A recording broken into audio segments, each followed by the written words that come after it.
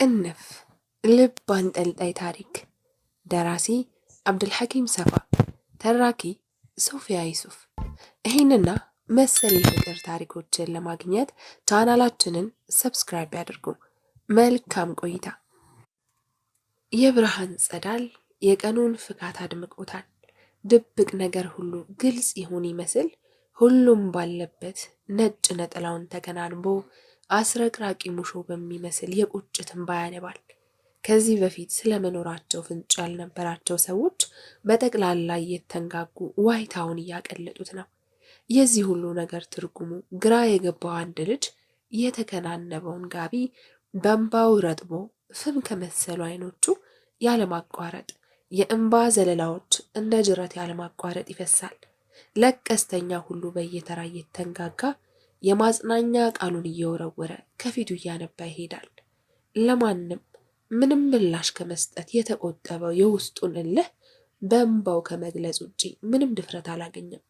ገና በሀያዎቹ የዕድሜ ክልል የሚገኝ በጣም ያልቀላ በተለምዶ የቀኝ ዳማ የሚመስል ክብ ፊት ያለው ተጫዋች ልጅ ነው። የሚያውቁት ሁሉ በማራኪው ፈገግታውና በጨዋታ አዋቂነቱ ይወዱታል። ዛሬ ግን ያ ጨዋታና ፈገግታው ከፊቱ የለም። ጨዋታ አዋቂ አንደበቶቹ ተለጉመዋል። እነዛ ጣፋጭ አንደበቶች ሳቅ ተርበው ሐዘናቸውን በእንባ ጎርፍ እየገለጹ ነው። በትንሽዬ የአጥር ሽቦ የታጠረችው ቤት ከውስጧ የማያቋርጥ ሳቅና ደማቅ ጩኸት ይሰማል። ኧረ እባክሽ አንቺ ልጅ ሆ በሳቅ ገደልሽኝ እኮ የሚል ሳቅ በብዛት ይሰማል። ይህ ቤት የነ ቢንያሚን ነው። ወይዘሮ ሳሚያ የቢንያሚን እናትና ታናሽ እህቱ ሰመር ነበረች። እናቷን እየኮረኮረች ስታስቃቸው ነበር። ቢንያሚን ጓደኛው ጋር አምሽቶ ወደ ቤት ሲመለስ ገና ከውጭ ነበር የእናቱና የእህቱ ሳቅ የተቀበለው። ገና ከመግባቱ ሰመር ነበረች ቢንዬ እያለች ጥምጥም ያለችበት። ናስቲ የኔ ውድ ምን ነው ቆየህ? እማዬ ከነ ሳሚ ጋር እኮ እያወራን ነው፣ ሰዓቱ ሄደ። እንዴት ነው ሳሚ አይመጣም እንዴ? ምን ባክሽ ጣጠኛ ነው። ሰሙዬ ነይ እስቲ የዛሬ ውሎሽን እኮ አልነገርሽኝ ብሎ ወደ እህቱ ሲዞር፣ በሉ እናንተ ተጫወቱ፣ ዛሬ ሆዴን እኮ አቆሰለችኝ፣ እኔ ልግባና እራት ላቀራረብ ብለው ወይዘሮ ሳሚያ ወደ ኩሽና መሩ። ሰመር ከልጅነቷ ጋር ተደማምሮ አንደበቷ ቢሰሟት አይጠገብም። ልክ እንደ ቅድሙ ሁሉ ቢንያሚን ሳቁን ማሰማት ጀመረ። ሕይወት ልክ እንደ ክረምት ጀንበር ፈዘዝ ብላ ነበር ዘውትር የምትቀበለው። እናትና አባቱን በሞት ከተነጠቀ በኋላ የብቸኝነት ኑሮውን ተላምዶታል። እህትም ይሁን ወንድም የለውም። ለቤቱ ብቸኛ ልጅ ነው። ሳሚ አሉም ብሎ ከሚላቸው ጓደኞቹ ውጪ ማንም የለውም። ብዙ ጓደኞችን በየጊዜው ቀያይራል። ልክ ሕይወቱን የሚለውጡት ይመስል ብቸኝነቱ የገዛ ሕሊናውን የማዘዝ ስልጣን ሰጥቶታል። ያለበትን ችግር ለመወጣት የትኛውንም ጉድጓድ ለመግባት ልቡ የቆረጠ ሰው ነው። ቀዳዳዎችን በሰፉ ቁጥር እነሱን ለመሙላት ይሆናል ብለን ባሰብነው መንገድ ለመጓዝ ማንም አያግደንም። ከቤተሰቦቹ ህልፈት በኋላ የወረሰው ቤት እሱን አንደላቆ የማኖር አቅም ያለው ቢሆንም አላወቀበትም። ሐዘኔን ያስረሳኛል ብሎ ከጀመረው የቁማር ዓለም ራሱን መታደግ አቅቶታል። ብር በሚገኝባቸው መንገዶች ሁሉ እየሄደ እንደተደናቀፈ ሱሱን ያስታግሳል። ሳሚ ብቸኝነቱና ተስፋ መቁረጡ የሰጡት ግዴለሽ ድፍረት ሁሉንም አሳጥቶታል። በዙሪያው አሉኝ የሚላቸው ጓዶቹ እንኳ በእንካ ተቀበል ትብታብ የተጋረዱ ናቸው። ሳሚና ቢንያሚን የረጅም ጊዜ የልጅነት ጓደኞች ናቸው። ከልጅነቱ ጠንቅቆ የሚያውቀው እሱም ብቻ ነው። አጣብቂኝ ውስጥ እንኳ ቢገባ ሩጦ የሚደርስለት አንድና ብቸኛ ጓደኛው ቢንያሚን ነው። ብዙ ጊዜ በቁማር ሰበብ የተለያዩ ግጭቶች ውስጥ ሲገባ ከጉድጓድ ያወጣዋል። በተለያየ ጊዜ ቢመክረውም ግን ችሎ ከሱሱ መላቀቅ አቅቶታል። በተለምዶ 09 ተብሎ በሚጠራ ሰፈር ውስጥ የዕለት ተዕለት ሕይወት ጀምራለች። ኑሯቸውን ለመግፋት የጋራዥ ቱታ እያጠቡ ጉሮሯቸውን የሚደፍኑት እንስቶች የቱታውን ቆሻሻ ለማስለቀቅ የሚረዳቸውን ውሃ በማሞቅ ላይ ተወጥረዋል። ከነሱ በስተግራ የእነሱን ስራ የሚታዘዙ ሐሽሻቸውን እየማጉ የጡዘት ዓለማቸው ውስጥ ሰምጠዋል። ከፊት ለፊቱ ያለው መኖሪያ ቤት ከመኖሪያ ቤትነቱ በተጨማሪ ጫናና ሽሻ ስለሚጨስበት ጡዘት ዓለም ውስጥ ለሰጠሙ ጥሩ መሸሸጊያ ሆኗቸዋል። የሰፈሩ ሱሰኞች ሱሳቸውን ከማራመድ ውጪ በገሃድ የሰፈሩን ሰው አይተናኮሱም። ይህም ውልደታቸውና እድገታቸው እዛ ሰፈር በመሆኑ ሁሉንም ጠንቅቀው ያውቁታል። ጀሚል እዚህ ሰፈር ተወልዶ ይደግ እንጂ የሐሽሽ ሱስ ውስጥ አልገባም። ነገር ግን ሰፈር ውስጥ ለሚገኙት በሙሉ ሐሽሽ የሚያከፋፍለው እሱ ነው። ከመሰሎቹ ጋር ተቀብሎ የሚያመጣውን በወረቀት በሲጋራ ቅርጽ በማስያዝ ስራ ውስጥ ይጠመዳል። የሚያመጣውን ሐሽሽ በጥቁር ፌስታል ውስጥ ከቶ ስለሚያመጣው የሚጠረጥረው የለም። የተለያየ ጥንቃቄ ማድረግን መረጃ እንደ መስጠት ስለሚያስብ ወጣ ያለ ነገርን ማድረግ አይመርጥም። የተለያዩ ወጣቶች የእሱ ደንበኛ ናቸው። ሳይከፍሉ መውሰድን አጥብቆ ስለሚቃወም አብዛኞቹ በዚህ ባህሪው ይለዩታል። የቢንያሚን እናት ባለቤታቸውን አቶ አደምን ካጡ በኋላ በተደጋጋሚ ሆስፒታል ይመላለሳሉ። አቶ አደም በድንገተኛ የመኪና አደጋ ነበር ሕይወታቸው ያለፈው። ወይዘሮ ሳሚያ አልፎ አልፎ የሚጥል ምንነቱ ያልታወቀ በሽታ ተጠቂ ናቸው። ይህንንም በሽታቸውን ከልጆቻቸው ሸሽገው ቤት መሆንን ያዘወትራሉ። ከቤታቸው በጀርባ በኩል የሚገኙትን የተለያዩ ክፍሎችን በማከራየት ስለሚኖሩ የተጋነነ ባይሆንም ጥሩ የሚባል ገቢን ያገኛሉ። ለልጆቻቸው ምግብ ለማዘጋጀት ኩሽናቸው ውስጥ ይንደፋደፋሉ። አልፎ አልፎ እንደ ንፋስ ሽው በሚለው በልጆቻቸው ሳቅ እሳቸውም ፈገግ እያሉ ምግቡን ማዘጋጀት ጀመሩ። ጉድ ጉድ እያሉ እያለ አይናቸው ብዥ እያለባቸው የሚያማስሉትን ድስት ወዲያ ጥለው አጠገባቸው ያለውን ያገኙትን ነገር ደባብሰው ለመያዝ ሞከሩ። በደመ ነፍስ የተቻላቸውን ይፍጨረጨራሉ። አቅማቸው ሲከዳቸው መሬቱ ላይ ተዘረሩ። ሳሚ ከሚያዘወትርበት ፑል ቤት ተገኝቷል። ቤቱ የቁማር ሐራራ በተጠናወታቸው ጎረምሶች ጩኸት ደምቋል። እንደገባ በዚሁ ቁማር ሰበብ ከተዋወቃቸው ቢጤዎቹ ጋር ሰላምታን ተለዋውጦ ከፑሉ ጠረጴዛ ፊት ለፊት ከተሰየመ ወንበር ተቀምጦ ጨዋታቸውን መከታተል ጀመረ። የጨዋታው ዳኛ አጠገብ ስለነበር የቁማሩን ምድብ ለማወቅ አልተቸገረም። ለአራት ሆነው ባለ 20 ቦነስ ነበር የሚጫወቱት። ቦነስ ማለት እንደ ቤቱ ሕግ ይለያያል። ነገር ግን 2 ኳሶችን ሰይሞ ቀድሞ እነሱን ያገባ የጨዋታው አሸናፊ ይሆናል። 8 ቁጥር እና 12 ቁጥር በብዛት የተለመዱ ናቸው። ሳሚ ይህን ጨዋታ አይወደውም። ከችሎታ በላይ እድል የተሻለ ቦታ አለው ብሎ ስለሚያምን መጫወት ካቆመ ሰነባብቷል። ይዞ ከሚመጣው ገንዘብ በተጨማሪ የዳኝነቱን ቦታ በመርከብ የዳኛ እየቆጠረ ለቀጣዩ እሱ ስለሚጫወት ቁማር ያጠራቅማል። ወይዘሮ ሳሚያ ኩሽና ከገቡ መቆየታቸውን ላፍታም ቢሆን ቢንያሚንና ትንሿ ሰመር በጨዋታቸው ውስጥ ሰጥመው ዘንግተውታል። የማያባራ በሚመስለው የቢንያሚን ሳቅ ቤቱ ደምቋል። እየቆየ ሲሄድ ወይዘሮ ሳሚያ የጣዱት ድስት ውሃውን ጨርሶ ከማረሩ የተነሳ ሽታው ከኩሽና አልፎ ቤቱን ማጠን ጀመረ። ሽታው የደረሳቸው ቢንያሚንና ሰመር እየተያዩ ቢኒ እማ ዛሬ ያረረ ምግብ ልታበላ ነው እንዴ? ኧረ አንቺ ልጅ ስርዓት ያዥ እንጂ እያለ ከተቀመጠበት ተነስቶ እናቱ ወደሚገኙበት ኩሽና መሄድ ጀመረ። ጀሚል የተለመደውን ሐሽሹን ለማምጣት ከወትሮው ቡርክ ብሎ እንደ ጭድ የተቆለለ ፀጉሩን እያፍተለተለ ከቤታቸው ቅያስ በኩል ባለው መታጠፊያ ወደ ታች መራመድ ጀመረ። በኪሱ አጣጥፎ የከተታት ፌስታል በትንሿ ጫፏ ወጥቶ መቀመጫ በማይመስለው መቀመጫው ጋር አብራ ብቅ ጥልቅ ትላለች። በአንድ ትንሽዬ ጥቁር ፌስታል የምትመጣው ሐሽሽ ከ2,000 እና ከ3,000 ብር በላይ ታወጣለች። የዚህ ሱስ ተጠቂ የሆኑት አብዛኞቹ በመካከለኛ የዕድሜ ክልል የሚገኙ አፍላ ወጣቶች ናቸው። ለሱሳቸው ማስታገሻ የቻሉትን ያላቸውን ነገር ሁሉ ይሸጣሉ። በአብዛኛው እጅግ ውድ የሆኑ አልባሳት የሚሆኑ ኤሌክትሮኒክስ እቃዎች በጣም በርካሽ ዋጋ ይቸበችባሉ። ጀሚል ይህንን ሐሽሽ የማከፋፈል ተግባር ከጀመረ ሰነባብቷል። ብዙ የሀብታም ልጆች ከደሃው መንደር የተገኙ ልጆች ሳይቀር ደንበኞቹ ናቸው። አብዛኛውን ከድሬዳዋና ከአዳማ በኩል መሰሎቹ ይበዛሉ። ዛሬ እንደተለመደው ለመቀበል ከሰፈራቸው ወጣ ብሎ በተለመደው የኮንትራት መኪና ላይ ተሰይሟል። ቢንያሚን ወደ ኩሽናው ዘልቆ ሳይገባ መግቢያ በሩን ይዞ የጭሱ ሽታ እያሳለው እማዬ እያለ ይጣራል። ምንም አይነት መልስ ቢያጣ በድንጋጤ ወደ ውስጥ ሲገባ እናቱ ወይዘሮ ሳሚያ ወለሉ ላይ ተዘርረው አያቸው። እማዬ እማ እማ አንቺ ሰመር ሰመር እያለ የሚያወራው ጠፍቶት በጩኸት ይጣራል። ትንሿ ሰመር እየተርበተበተች ስትመጣ የእናቷን መሬት መውደቅና የቢንያሚን እንባ ስታይ ጩኸቷን አቀለጠችው።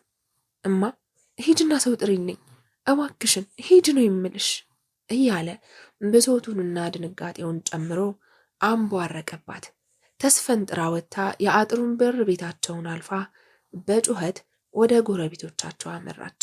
የምትናገረው እየጠፋባት እንባዋን እያፈሰሰች በተቆራረጠ ድምፅ እማዬ እማዬ እያለች የጎረቤቶቻቸውን በር ትደልቃለች። የበራቸው መደብደብ ያስጨነቃቸው ወይዘሮ ሰብለ እረ ማን ነው? ምን የሚሉት ነው ደግሞ ዛሬ? እያሉ በማጉረምረም በራቸውን ሲከፍቱ ትንሿ ሰመር ፊቷ በእንባዋ ታጥቦ እማዬ እማዬ እያለች ስታለቅስ ሳሚያ ምን ሆነች? እያሉ በራቸውን ከፍተው ጥለው ባሮጊት አቅማቸው እየተንደፋደፉ መሮጥ ጀመሩ። ከፊት ለፊታቸው ቢንያሚን እናቱን አቅፎ ወደ ሆስፒታል ለመውሰድ ሲሮጥ ተገናኙ። ውይ እያሉ ጩኸታቸውን አቀለጡት። ከዓይኖቹ እንባ ዱብ ዱብ እያለ ቁልቁል የእናቱን ፊት አጠባቸው። ወደ አስፓልት ዳር ተጠግቶ የሚያልፉትን ታክሲዎች ይለማመጣል። አንድ ላዳ ከፊት ለፊታቸው ቆመና መልሶ ጉዞውን ቀጠለ። ቢንያሚን እንባውን ያወርዳል። ወይዘሮ ሰብለ አስፓልቱ ላይ እንደደረሱ ከመሃል ገብተው እየተማጸኑ አንድ የቤት መኪና አስቁመው ወደ ሆስፒታል በፍጥነት መሄድ ጀመሩ። አሁን ሳሚ የዳኝነቱን ቦታ ይዟል። እጁ ላይ 320 ብር ተረክቧል። ጨዋታውን ጀምረዋል። ሳሚ የሜዳ ተሸናፊውን ለመለየት የእያንዳንዱን ተጫዋች ነጥብ ይመዘግባል። ይህም ዳኛ ቀጣይ የሚወጣውን ተጫዋች ለመለየት ነው። ጨዋታቸውን ጨርሰው አሸናፊ የሆነው ብሩን ደምሮ አመድ ከቢጫ አለኝ አለ ሁለተኛው። ጀለስካ 2 ቁጥር አለኝ አንዱን ገፍትሪልኝ አለ ሶስተኛው። ቶሞ ቀረኝ 5 ቺዴስ ሳቢልኝ። የመጨረሻው ተሸናፊ ጸጉሩን እያፍተለተለ ለመውጣት የቀረውን ብር ስጠኝ ብሎ ጠየቀው። እሱ ግን ምንም አልሰጥህም ብሎ ከፊት ለፊቱ ቆሞ ሳሚ እጁ ላይ ያለውንና እነሱ አለኝ ብለው ከሚሉት ብር ጋር እኩል አይደለም። 180 ብር ይጎላል። ሲዳኝ የነበረውን ልጅ ሲፈልግ አጣው። ከፊት ለፊቱ ያለው ልጅ አሁንም ቆሟል። ምን ነው ተመስጠሻል እኮ ገፍትሪልኛ እያለ የቀረውን ብር ለመቀበል እየጠበቀ ነው። አባቴ መደብ አይሞላም፣ በቃ ህንድ ፊልም አረግሽው እንዴ ብሎ ሁሉም መደብ መጉደሉን ሲያውቅ ከመደብ ውጭ ያለውን ብር ለመቀበል ወደ ሳሚ ፊት ለፊት መምጣት ጀመሩ። ጀሚል በያዘው ኮንትራት መኪና የተለመደውን ሐሽሽ ለማምጣት እየሄደ ነው። አልፎ አልፎ ከሹፌሩ ጋር ያወራሉ። ሹፌሩ ወዴት እንደምነዳው አልነገርከኝም። ንዳው ወደፊት እነግርሃለሁ አለ ጀሚል የማያርፉ ጣቶቹን ጸጉሩ ውስጥ ከቶ እያፍተለተለ። ስራ ላይ ተወጥረዋል። ቀኝ እጁን እስከ እጁ መሃል በተከፈተው የመኪናው መስኮት ላይ አስደግፎ ጣቶቹን በጸጉሩ እያጫወተ በመኪናው ስፖኬ በኩል የኋላውን እያየ ዝም ብሏል። ደግሞ መንገድ ላይ እንዳትቆም ፈጠና አርገህ ንዳው፣ ቶሎ መድረስ አለብኝ እያለ ለሹፌሩ ትዕዛዝ ሲሰጥ በመሃል ስልኩ ጠራ። ቁጥሩን አያውቀውም። ምናልባት ከደንበኞቹ አንዱ ይሆናል በሚል አነሳው። ሄሎ ጀሚል ነህ? አዎ። አሁኑኑ ወደ ጥቁር አንበሳ ሆቴል እንድትመጣ። ማለት ምን ተፈጥሮ ነው? ማነህ ደሞ አንተ? ይቅርታ በቶሎ መድረስ አለብህ ብሎ ስልኩን ዘጋው። ጀሚል መንታ መንገድ ላይ ቆመ። የሚያመጣውን ሐሸሽ ጋር ይሄድ ወይስ በድንገት ወደ ተጠራበት ሆስፒታል? መወሰን ከበደው። ምንም መረጋጋት አልቻለም። ሾፌሩ የሚሄድበትን እስኪወስን ወደ ዳር መኪናውን አቁሞ የመኪናውን ነዳጅ ሲያቀዘቅዝ ጀሚል በንዴት ንዳው ንዳው ንዳው ወደ ጥቁር አንበሳ ብሎት በድጋሚ ነዳጅ መስጫውን ረግጦ መንዳት ጀመረ። ጀሚል ሆስፒታል የተጠራበትን ምክንያት አውቆ በፍጥነት ወደ ሐሽሹ አከፋፋይ ጋር ለመሄድ ወሰነ። ቢንያሚን እናቱን ወይዘሮ ሳሚያን ወደ ሆስፒታሉ የድንገተኛ ክፍል ገብተው በዶክተሮች ክትትል እየተደረገላቸው ነው። ወይዘሮ ሰብለ ትንሿን ሰመር አቅፈው የዶክተሮቹን ውጤት ለመስማት በጭንቀት ተወጥረዋል። ትንሿ ሰመር አሁንም እማዬ እያለች ሳግ ይተናነቃታል። ቢንያሚን ተጫዋችነቱ፣ ማራኪ ፈገግታው በእናቱ ድንገተኛ ሕመም ምክንያት ጥላሸት አጠልሽቶበታል። እነዛ ደማቅ ሳቆች ዝምታ አሸነፋቸው። የተወጠረ አእምሮ በዶክተሮቹ ምላሽ እረፍት እስኪያገኝ እረፍት አጥተዋል። ሳሚ ፑል ቤት ውስጥ ካሉት ቁማርተኞቹ ጋር ፊት ለፊት ተጋፍጠዋል። ሳሚ ከተቀመጠበት ወንበር ዙሪያውን ከበው ብሩን ለመውሰድ ቆመዋል። የከበቡት አራቱንም ልጆች እያየ አቦ በትን እስኪ እያለ ከተቀመጠበት ወንበር ተነስቶ የመደቡን ብር ኪሱ ውስጥ ከቶ የፑሉ ጠረጴዛ ላይ ደብተሩን አስቀምጦ እሱ ከመምጣቱ በፊት የተጫወቱትን ጨዋታ ውጤት ማየት ጀመረ። እሺ ነፍሴ ምን እያደረክ ነው? እያሉ ሁለቱ አጉረመረሙ። ሳሚ የንዴት ግልምጫውን እያሳያቸው ምን ነው ደስ አላላችሁም እንዴ? አለ። ከአንተም ብሶ ትቀውጠዋለህ አለ አንደኛው። አባቴ አረጋጊዋ እያለ ሳሚን የሚያውቀው ልጅ ጣልቃ ገባ። አንቺ ዝም በይ ብሎ አራተኛው ልጅ ንቀት በሚመስል አነጋገር ፊቱን አጨፍግጎ አንቧረቀበት። ሳሚ እጁ ላይ 320 ብር ብቻ እንዳለ ነገራቸው። ነፍሴ ጥቁሩን ሳቢልኝ ጆካ አይመስጠኝም። እረኒ መስሜ ጥጥ ነው ወፍ መስማት አለና ሌላ የተለየ አማራጭ ስለሌለ ሳይፈልጉም ይሁን በንዴት ተስማሙ። ሳሚ በኪሱ የከተተውን ብር ሲያወጣ እሱ ንዴት ይዞት ከመጣው ብር ጋር ተቀላቅሎ አንድ ላይ አወጣውና 320 ብር ቆርጥረው የቀረውን ወደ ኪሱ ሲከት ከነሱ ላይ ቆርጦ የወሰደው መስሏቸው ስድብ ጀመሩ። አቦ እናትህን ትላላጣለህ እንዴ እያሉ መጨቃጨቅ ጀመሩ። ተመታቱ። የመታው ልጅ ጭንቅላቱን ስለነበር ወደ መሬት ሲወድቅ የፑሉ ጠረጴዛ ጠርዝ ተቀበለው። ሳሚም በሆነ ነገር ተመቶ እሱም መሬት ላይ ተዘርሯል። አንድ ዶክተር ከድንገተኛ ክፍል ወጥቶ ወደ ቢንያሚን ቀረብ ብሎ አይዟችሁ፣ ምንም የሚያሰጋ ነገር የለም፣ አሁን ነቅተዋል፣ ትንሽ ሰዓት ጠብቁና ማየት ትችላላችሁ። ዶክተር እና አሁን እማዬ ደህና ነች? አለ ቢንያሚን። አዎ ስጋት አይግባህ፣ ባይሆን ይችን መድኃኒት ግዛና የቀረውን ስትመለስ እናወራለን ብሎ የመድኃኒት መግዣውን ወረቀት ሰጠው። ጊዜ ሳያጠፋ ወደ ደረጃው አመራ። ወይዘሮ ሰብለ ቢንያሚን ከመሄዱ ዶክተሩን እንደው ምን አገኛት ሲሉ ጠየቁት። እርስዎም ከነሱ ጋር ነዎት? አዎ ቤተሰብ ነኝ አሉ። እንግዲያውስ እርስዎን ማናገር ሳይኖርብኝ አይቀርም። አንዴ ቢሮ ጠብቁኝ። ትንሿ ሰመር አሁንም ለቅሶዋን አላቆመችም። እማዬ እማ እያለች ታለቅሳለች። ሳግ ባፈነው ድምፅ ታነባለች። ሰሙዬ እማኩ ተሽሏታል፣ በያታልቅሽ እሺ ብለው ወይዘሮ ሰብለ ሲያባብሏት ዶክተሩ ቀበል አድርጎ ሚጣይ አታልቅሽ እሺ፣ ማማኩ ደህና ነች፣ አሁን ታያታለሽ፣ ካለቀሽ ግን አይቻልም። እማዬ ጋ ትወስደኛለህ? አዎ ወስድሻለሁ፣ በቃ አሁን አታልቅሽ እሺ ሲል የሰመር ፊት ላይ የደስታ ፈገግታ ፍንትው አለ። ወይዘሮ ሰብለን ቢሮ እንዲመጡ ነግሯቸው ዶክተሩ ሄደ። ወይዘሮ ሰብለ ወደ ዶክተሩ ቢሮ አቅንተው ስለ ወይዘሮ ሳሚያ የጤንነት ሁኔታና ስለተፈጠረው ነገር በጠቅላላ ከዶክተሩ ጋር ተነጋግረው ከቢሮ ወጥተው ወይዘሮ ሳሚያን ለማየት ወደ ውስጥ ገቡ። ወይዘሮ ሳሚያ ራሳቸውን ስተው ከነበረበት ነቅተዋል። ገና እንዳዩቸው ፈገግ አሉ።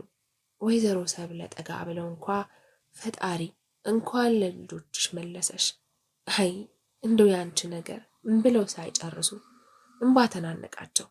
ሰብልዬ ፈጣሪን መቼ ስለምን አሳመምከኝ አይባል፣ አልሐምዱሊላህ ነው ተመስገን ማለት ነው እንጂ ግድ የለም ምንም አታስቢ፣ አሁን ተሽሎኛል እያሉ ወይዘሮ ሳሚያ ፈገግ አሉ። እንደው ሳሚያዬ ምን ብበድል ነው ይህን ያህል እንደ ባዳ ቆጥረሽ አልነገርሽኝ ብለው የቁጭት እንባቸውን አወረዱት። ወይዘሮ ሳሚያ ሰብልዬ ወድጄ እኮ አይደለም አመመኝ ብዬ እንዴት ላውራ፣ በዛ ላይ ያንቺን ችግር እያወቅኩት ድጋሚ ለምን ላስጨንቅሽ ብዬ ነው። አይ ተይ ልክ አይደለሽም አደራ። ታዲያ ሰብልዬ ልጆቼ ስለ እኔ ህመም በፍጹም እንዳያውቁ፣ ሰውም አይሆኑም። በዛ ላይ ቢንያሚን የመሰናዶ ትምህርት ላይ ነው። ትምህርቱን በደንብ መከታተል አለበት። በልጆቼ ደስታ ነው ፈውስ የማገኘው። ሳይጨነቅ መፈተን አለበት። ጊዜው ሲደርስ እኔው ራሴ ነግረዋለሁ አሉ ወይዘሮ ሳሚያ። እንዳልሽ ይሁን እንግዲህ። ምን ነው እንደው ፈጣሪ ይችን እናት ስቃዩን አበዛኸው። ተይ ሰብሊ፣ ፈጣሪ ምንም አልተሳሳትም፣ አይሳሳትም። ይልቅ ከዚህ የባሰም አለ።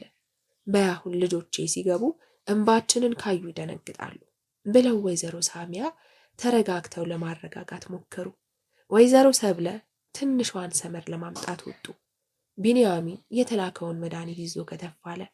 ወይዘሮ ሰብለ ፈገግ ብለው እንኳን ደስ አለ አሉት። ግራ እየተጋባ እንኳን አብሮ ደስ አለን። ለምኑ ነው ግን? ከዶክተሩ ጋር እኮ ተነጋግረን ነበር ዛሬ። የተፈጠረውን ነገር መነሻው ጭንቀት እንደሆነ ነገረኝ። የሚያስጨንቃት ነገር ከሌለ ጤናዋ እንደሚሻሻልና በድጋሚ እንደ ዛሬው አይነት ነገር እንደማይፈጠር ነገረኝ። ጭንቀት? የምን ጭንቀት? እማዬን ምንድን ነው የሚያስጨንቃት? የማላውቀው ነገር አለ እንዴ? አሁን ይህ ጠፍቶ ነው ቢኒ? እናትህ እኮ ነች። ያንተ ስኬት ያስጨንቃታል። አሁን ምን ይሆንብኝ ይሆን እያለች ጭንቅ ጥብብን የምትለው። በዛ ላይ ተፈታኝ ነህ። ውጤትህ ተስተካክሎ ማየት ትፈልጋለች። ከዚህ ውጪ ምንም የለም። በትምህርትህ ጠንከር በልና እናትህን ታደጋት። እሺ ማማ፣ ግን በቃ ይሄ ብቻ ነው?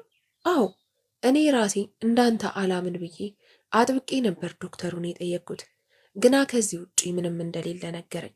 በላሁን ስለዚህ ነገር ማንም እንዳያውቅ፣ ለእናትህም ቢሆን አትንገራት። ዋናው ሊያስጨንቃት የሚችልን ነገር ማራቅ ነው። በላሁን እንግባሺ፣ አደራ። ታዲያ እየተነጋገርነውን ነገር እንዳትረሳሺ። ምንም ችግር የለም። ዋናው እሷ እንዲሻላት ነው የምፈልገው። ተባረክ ልጄ፣ በልና ብለው ሁለቱም ተያይዘው ገቡ። ሰመር ከእናቷ አጠገብ ቁጭ ብላ እየተጫወተች ነው። የቅድሞ ሐዘኗ የለም። ወይዘሮ ሳሚያ ቢንያምንን ሲያዩ ፈገግ አሉና ናስቲ የኔ ውድ እናሳምን አሉ። እየተጣደፈ ሄዶ እናቱ ላይ ተጠመጠመባቸው። ሰመርም ተደርባ አቀፈቻቸው። ወይዘሮ ሰብለ እንባቸው ቀደማቸው። ቢንያሚን ወደ እሳቸው ሲዞር እንባቸውን እየጠረጉ ነበር። ተመስገን ምን ይሳነሃል እያሉ የእንባቸውን ትርጉም እንዳይነቁባቸው በምስጋና ከለሉት። ወይዘሮ ሳሚያ በዛሬው ዕለት መውጣት እንደሚችሉ ተነገራቸው። ትንሽ ቆይተው ለመውጣት ተዘጋጁ። ቢንያሚን የእናቱን መፍትሄ በማወቁ ልቡ ፈንድቋል።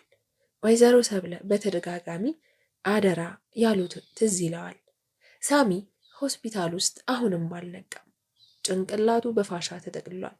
ዶክተሮቹ አንድ በጣም የተጎዳን ወጣት በህይወት ለማትረፍ ደፋ ቀና እያሉ ነው። በጣም ብዙ ደም ስለፈሰሰው የወጣውን ደም ለመተካት ከእሱ ጋር ተመሳሳይ የደም አይነት ያለውን ለማግኘት እየተሯሯጡ ነው። የታማሚው የደም አይነት ኦ ኔጌቲቭ በመሆኑ በቀላሉ ለማግኘት ተቸግረዋል። ይህ የደም አይነት እጅግ በጣም ውስን በመሆኑ ብዙዎቹን ለህልፈት ዳርጓል። ምናልባትም ይህንን ደም ለማግኘት እድለኛ መሆን ያስፈልጋል። ዶክተሮቹ የሳሚን ቤተሰብ አባላት ለማግኘት የተለያዩ መረጃዎችን እየበረበሩ ነው። ከሚገለገልበት ዋሌት ውስጥ ከፎቶዎቹ በስተቀር የረባ ነገር አላገኙም። ስልኩን አንስተው በተደጋጋሚ የተደወለባቸውን ቁጥሮች እየፈለጉ ነው። በስልኩ ላይ የተመዘገበ ስልክ ባለመኖሩ ፍለጋቸው አደጋች አድርጎባቸዋል። የመጨረሻ አማራጭ ብለው ያሰቡት መንገድ ለመጠቀም ወስነዋል። ይህም በቅርብ የተደወሉትን ቁጥሮች መደወል ነው። በተደጋጋሚ ቢደውሉም አንድም የተነሳ የስልክ ጥሪ የለም። ጀሚል ወደ ጥቁር አንበሳ ሆስፒታል እየከነፈ ነው። በተደጋጋሚ የሐሽሽ አከፋፋዮች ይደውሉለታል። ደርሻለሁ፣ መንገድ ተዘግቶብኝ ነው እያለ ደጋግሞ ይመልሳል።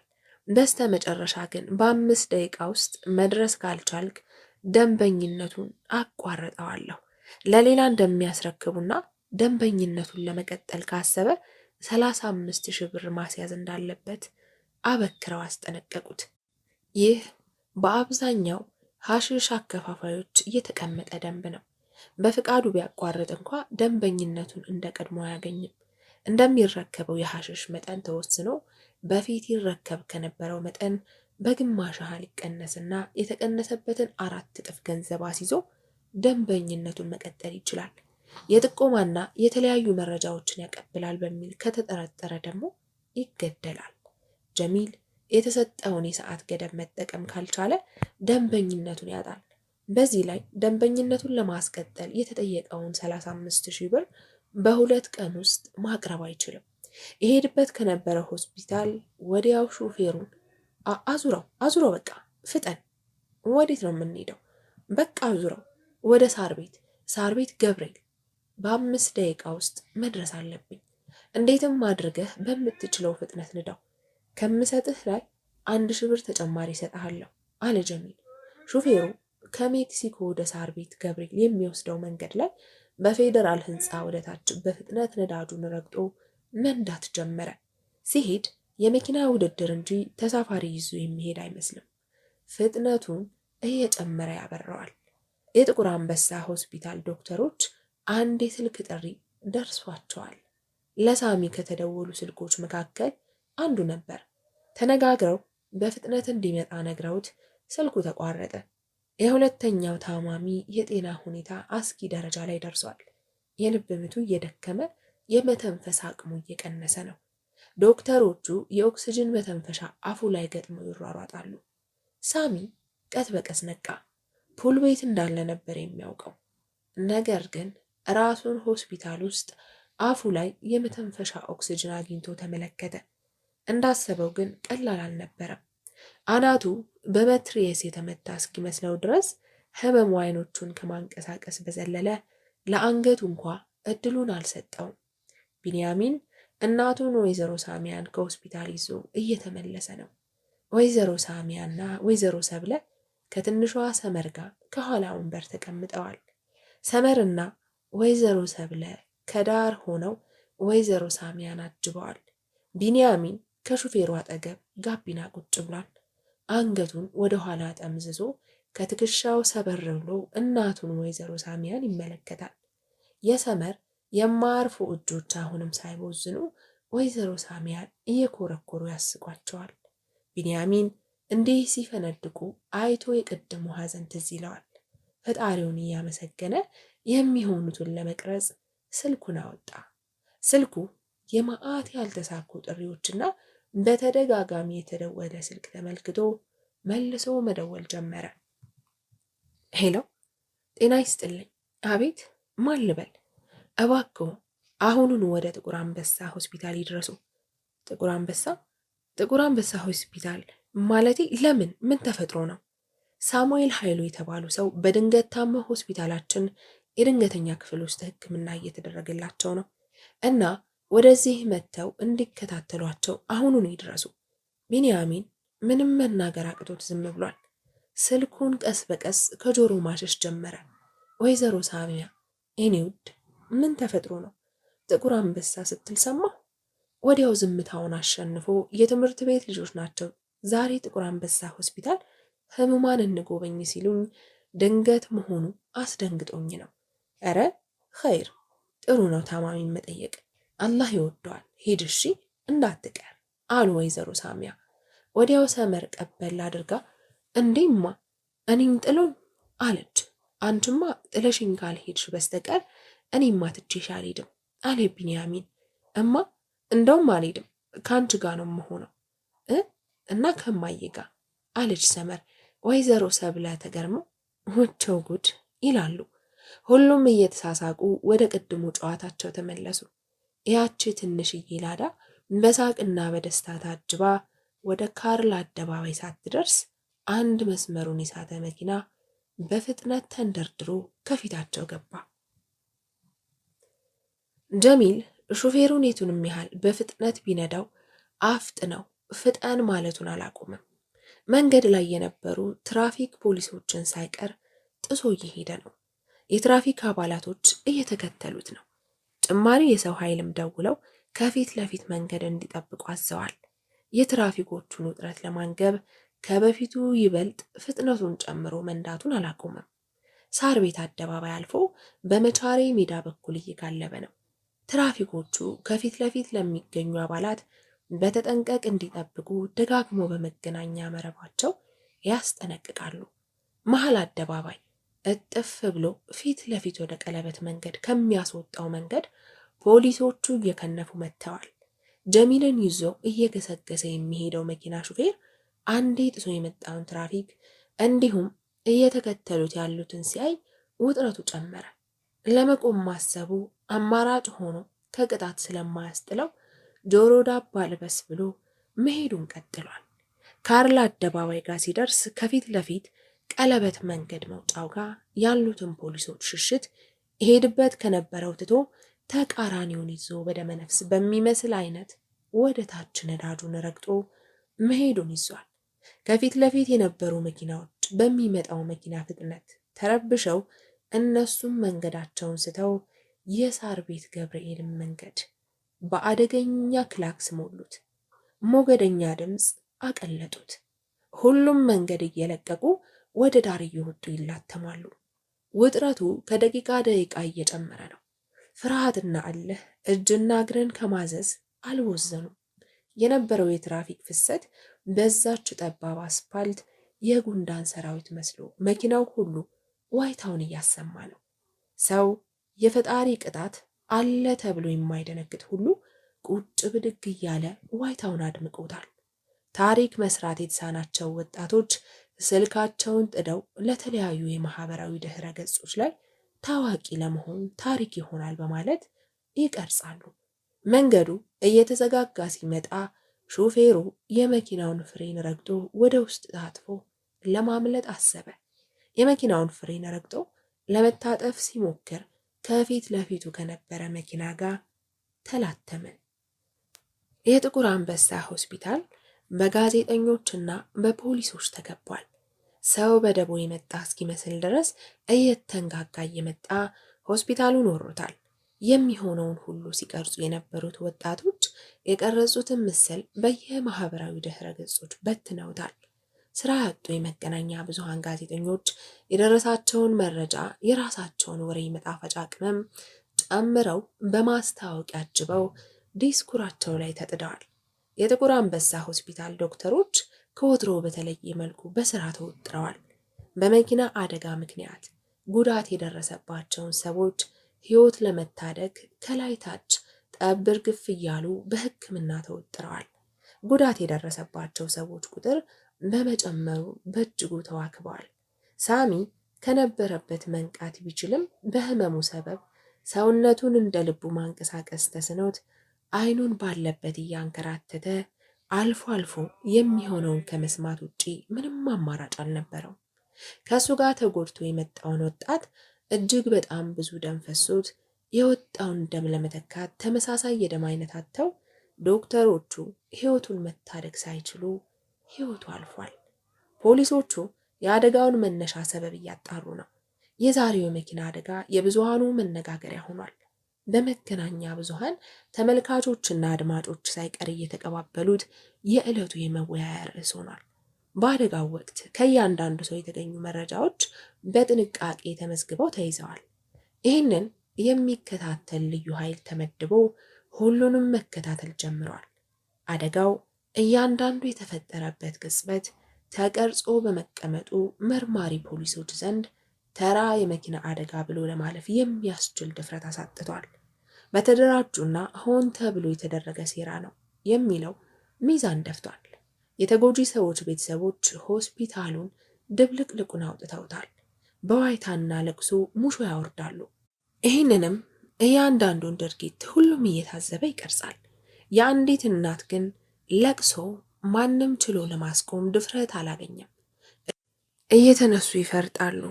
ሊያባብሏቸው የሚመጡትንም ማንኛውንም ሰው አልሰማም ብለዋል። የእናትነት አንጀታቸው ከወትሮ ዛሬ ተፈትኗል። ብቸኛ መሆንን የሰጉ የሚመስሉ እኚህ እናት ብሶታቸውን በእንባ ይናገራሉ። የአደጋውን ዝርዝር መረጃ አግኝተው የሞቱትንና የተረፉትን ለማወቅ ጭንቅ ጥብብ ብሏቸው የእንባ ጎርፍ ያወርዳሉ። ዶክተሮቹ ሁለት ነፍሶችን ለማትረፍ የተቻላቸውን ያህል እየጣሩ ነው። ከአደጋው ተጎጂዎች መካከል አንድ ሰው ሰውነቱ በድን ሆኖ በተከደኑ አይኖቹ ስር የእንባ ዘለላዎች ይወርዳሉ። ሁለቱ ተጎጂዎች በድን ሬሳ ሆኗል። በአጠቃላይ በትራፊክ ፖሊሶች በወጣ መረጃ መሰረት 4 የሞት 3 ከባድና 8 ቀላል አደጋዎች ተመዝግበዋል። የአደጋውን ሂደት የሚከታተለው መርማሪዎችም በዕለቱ ከነበሩት ሰዎችና በአቅራቢያው አደጋ የተመለከቱትን ሰዎች ቃለ መጠይቅ እያደረጉላቸው ነው። ከተጠያቂዎች መካከል አንዲት ሴት በእንባ እያስደገፈች ምሬቷን ትገልጻለች። እኛ መንግስት ባለበት ሀገር ውለን መግባት አልቻልንም። ባለቤቴ ከሞተ አሁን ልጆቼን ምን ላደርጋቸው ነው? ንገረኝ እስኪ። እናንተ ይህንን ለወሬ ማጣፈጫ ብላችሁ መዝግባችሁ ከመሄድ በዘለለ ምን ትፈይዱልኛላችሁ? ትራፊክ ፖሊሶቹ መኪናውን አጀቡት እንጂ ምን ያደረጉት ነገር አለ እያሉ እንባቸውን መቆጣጠር አቅቷቸው ምንም ላታመጣ አታስለፍልፈኝ። ፍትህ ሰማህ አይደል? ፍትህ እያንዳንዱን ይዛችሁ ፍትህ አትሰጡም። አዎ ፍትህ፣ ኧረ ሰሚ አለ ውይ እያሉ ጩኸታቸውን አቀለጡት። ከቅድሙ ይበልጥ አምርረው ለቅሷቸውን ቀጠሉ።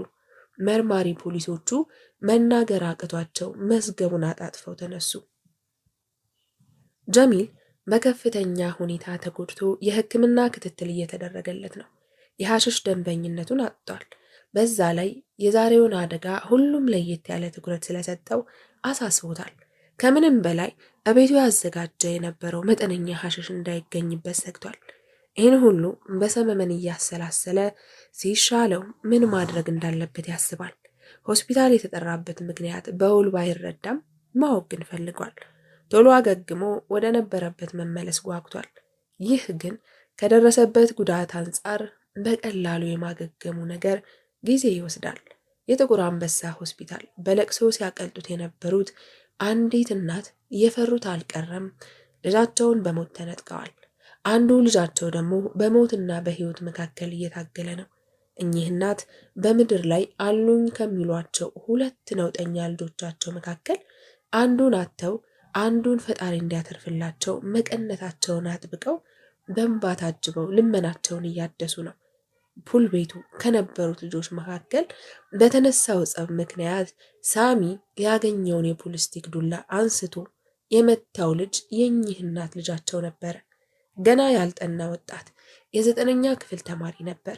ያለ ዕድሜው ከዕድሜው በላይ ተንጠራርቶ ቁማር በሚባል ትብታብ ተጠፍንጎ ለእናቱም ሳይረባ ሐዘንና ቁጭት አከናንቧቸው መኖር ሳይጀምር ይህችን ዓለም ተሰናበታት። በአደጋው ወቅት አደጋው እንደተፈጠረ ዶክተሮቹ ወደ ጀሚል የደወሉት በአጋጣሚ ሳይሆን ከኪሱ አውጥተው የተመለከቱትን ዋሌት ፎቶ በስልኩ ላይ ከተመዘገበው ስልክና ፎቶ ተመሳስሎ ስላገኙት ነበር። እንደዛ ሆስፒታሉን በዋይታና ለቅሶ ሙሾ የሚያወርዱትን የጀሚልን እናት ወይዘሮ ሸምሲያ ናቸው። ሳሚ ተጣልተው ከነበሩት ልጆች መሃል የመሞቱን ዜና ሲሰማ ልቡ በፍርሃት ራደ። በተኛበት የሚያደርገውን አሳጥቶት ጭንቅ ጥብብ ይላል። ወይኔ ሳሚ፣ በቃ ልታሰር ነው ማለት ነው? አሁን ምን አባቴ ላደርግ ነው? አምላኬ አደራህን ከጉድ አውጣኝ እያለ ከራሱ ጋር ይሟገታል። በግድያ ወንጀል ተጠርጥሮ ዕድሜ ልኬንማ እስር ቤት አልወርድም፣ አልማቅቅም። ተጠርጥሮ ግን ዘብጥያ መውረዱን ሲያስብ ያንገሸግሸዋል። የመጣው ቢመጣ ምንም ነገር አድርጌ ማምለጥ አለብኝ ይላል። በሐሳቡ ውስጡን እያጀገነው አካሉን ግን ወኔ መስጠት ከብዶት መልሶ ተስፋ ይቆርጣል። እንደዚህ ሁኜ እንኳ አንድ ሰው ሊጠይቀኝ አይመጣም። ውድ ጓደኛዬ የምለው ቢንያሚን እንኳ የታለ? ሁሉም ባዶ። የገዛ ወዳጆቼ የጨከኑብኝ ጓደኛዬ ባያዝንልኝ አይገርመኝም እያለ መልሶ በራሱ በሐሳብ ውስጥ ይገባል። ከሳሚ ጋር ሲጣሉ የነበሩት ቀሪዎቹ ሶስቶቹ ዱካቸው ጠፍቷል። የቀረው ብቸኛው ሰው ሳሚ ብቻ ነበር። ዶክተሮቹ የሆነውን ሁሉ ለፖሊሶች ሪፖርት ስላደረጉ ፖሊሶቹ የሳሚን መንቃት ብቻ ነው የሚጠባበቁት። ሳሚ መንቃቱን ለጊዜውም ቢሆን ዶክተሮቹ ወከባ ላይ ስለነበሩ አላስተዋሉትም። ምንም አይነት ቃል ላለመተንፈስ ወስኗል። ቢንያሚን እጅግ በጣም ብዙ ደም ፈሶታል። የሲቃ ድምፅ እያወጣ ከዓይኖቹ እንባውን ያወርዳል።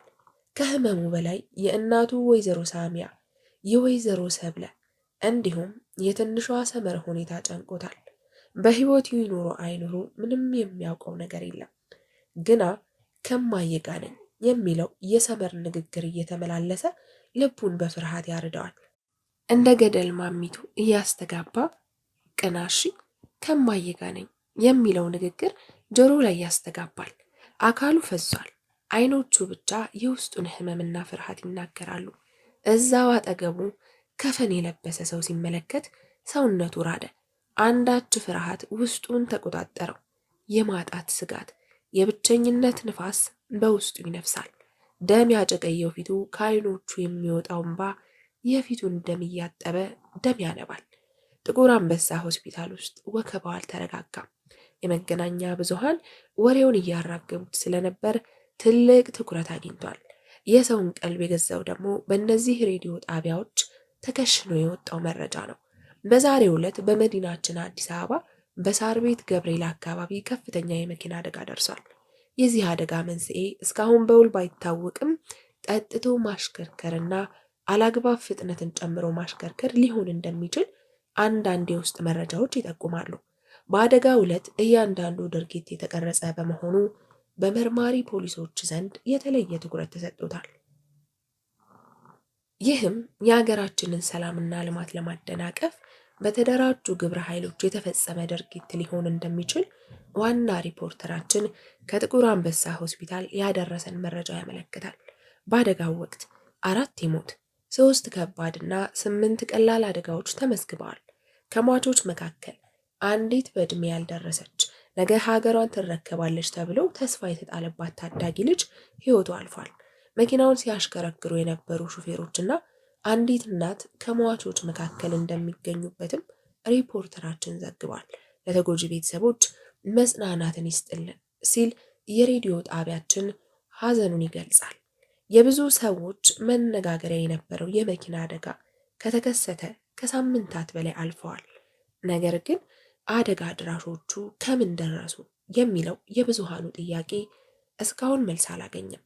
አደጋውን ያደረሰው መኪና ሹፌር ሕይወቱ በማለፉ ጫናው የጀሚል ትከሻ ላይ በርትቷል። ሕክምና እየተደረገለት እያገገመ ቢሆንም ከመዳኑ ጀርባ ትልቅ ፈተና ይጠብቀዋል። ከሱ ጋር ምንም አይነት ግንኙነት ያላቸው ሰዎች እየተለዩ አስፈላጊው ምርመራ እየተደረገባቸው ነው። ጀሚል የተኛበት የሕክምና ክፍል መግባት የሚችሉ ዶክተሮች፣ ነርሶች፣ ወላጅ እናቱ ወይዘሮ ሸምሲያና መርማሪ ፖሊሶች ብቻ ናቸው። ያለበትን ክፍል የተለየ ቁጥጥር እንዲደረግበት የደህንነት ካሜራዎች በስውር መርማሪ ፖሊሶች አማካኝነት ተቀምጠዋል። ወይዘሮ ሸምሲያ በሐዘን የቆሰለ አንጀታቸውን እያስታመሙ ፈጣሪ የቀረውን ልጃቸውን እንዲያተርፍላቸው በእንባቸው ልመናቸውን ከማድረስ አልቦዘኑም። ጀሚል ከገባበት አጣብቂኝ መውጫ ቀዳዳ ይፈልጋል። ቁስሉ ድኖ ባይሽርም ህመሙን በጥርሱ ነክሶ እልባት ማግኘትን ይፈልጋል። ይሄን ማድረግ የሚፈልገውን ነገር በእናቱ በወይዘሮ ሸምሲያ በኩል ብቻ ነው ማድረግ የሚችለው። የደህንነት ካሜራዎቹ ስለመኖራቸው ነርሶቹ በግርምት ሲያወሩ ፍንጭ ደርሶታል። እሱን ለመጠበቅ የተመደቡ 3 ጠባቂዎችን እንዴት ማምለጥ እንደሚችልና የተዘጋጀለት ያለውን ወጥመድ ሳይጠመድ መሸሻ ይሆነኛል ብሎ ያሰበውን ዘዴ ከተጋደመበት አልጋ ሆኖ ይዘይዳል። ሳሚ እሱ እንዳሰበው ነገሮች ሊሄዱለት አልቻሉም። የመንቃቱ ነገር ከታወቀ ጀምሮ ምርመራዎች እየተደረጉበት ነው። ከሟች ጋር በተያያዘ ዋነኛ ተጠርጣሪ ሆኗል። በግጭታቸው ወቅት የነበሩት 3 ወጣቶች ዱካቸውን አጥፍተዋል። ጥፋተኛ እንዳልሆነና ለ3 ሲደበድቡት ራሱን ለመከላከል ያደረገው ነገር እንጂ ሟችን ሆን ብሎ ለመግደል ምንም እንዳላደረገና ከሟች ጋር ከዚህ በፊት የተለየ ጸብ የሚሆን ግንኙነት እንደሌላቸው አሳውቋል። ነገር ግን በአቃቢ ሕጉ በኩል በፍርድ ቤት ክስ ተመስርቶበት ጥፋተኛ አይደለሁም ብሎ እየተከራከረ ይገኛል። ነገር ግን ፍርድ ቤቱ የዋስ መብቱን ነፍጎት በማረፊያ ቤት እንዲቆይ ወስኗል። ቢንያሚን ከደረሰበት ጉዳት የበለጠ በትንሿ ሰመር ህልፍ ልቡ ነው ተሰብሯል አሉ እና ቀሩኝ ብሎ የሚላቸው ሁሉም ጥለውት እየሄዱ ነው። ዘመኑን ሙሉ ሊኖርላት እንደ ንግስት ሊንከባከባት በስስት አይኑን ሞልቶ የማይመለከታት ሰመር ልጅነቷን ጠግቦ ሳይጨርሰው ቅና እንዳለችው ልታስቀናው እስከ መጨረሻው አሸልባለች። የልብ ቁስል ክፋቱ እያደር መጠዝጠዙ በትዝታ መጀገኑ ነው። ህይወት ተስፋ ካጣች ጥፍጥናዋ ይጠፋና ትመራለች። የሚኖሩለትና የሚኖሩት ዓላማ ሲጠፋ በተስፋ መቁረጥ ዓለም ራስን ተብትቦ ትላንት የነበረው ቁስል ዛሬም ነገም ጠዋሳው ሕያው ሆኖ ከል ያደርጋል።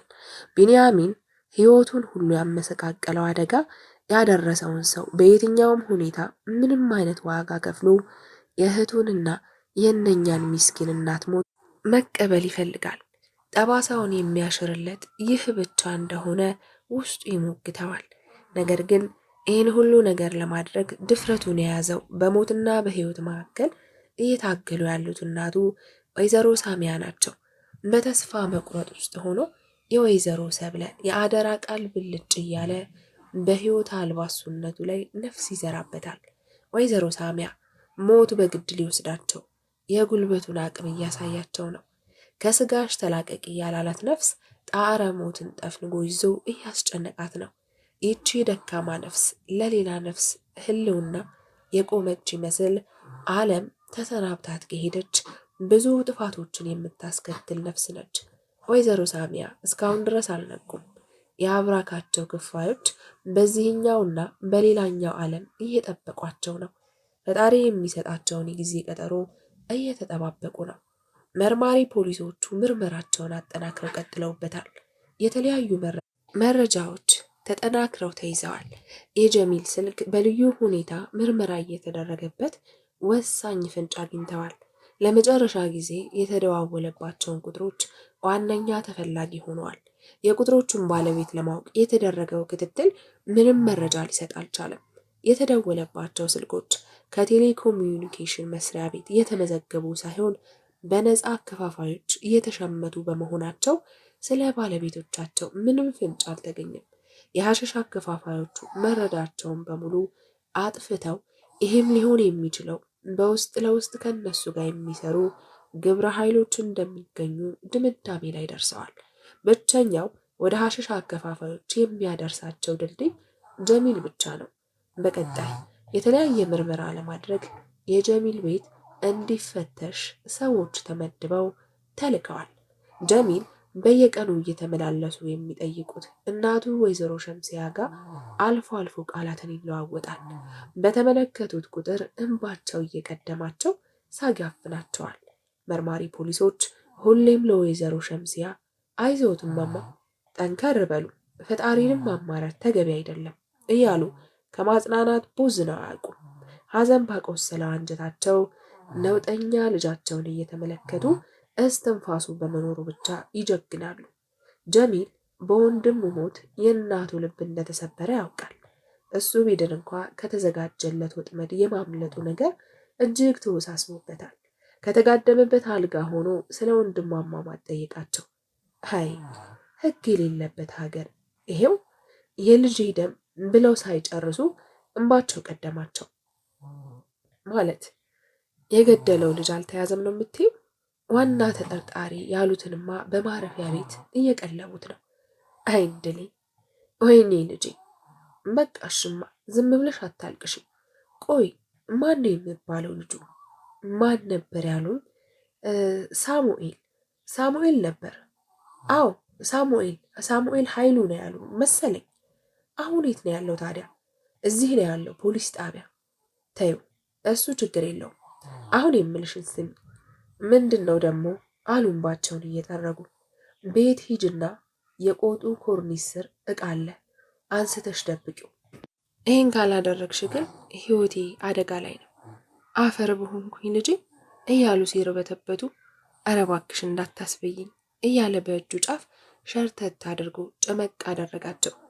ኧረ ሴትዮ እባክሽ እያዩን ነው እኮ። እሺ አሁን ምን አድርጊ ነው የምትለኝ? ጥያቄ እንዳታብዥብኝ።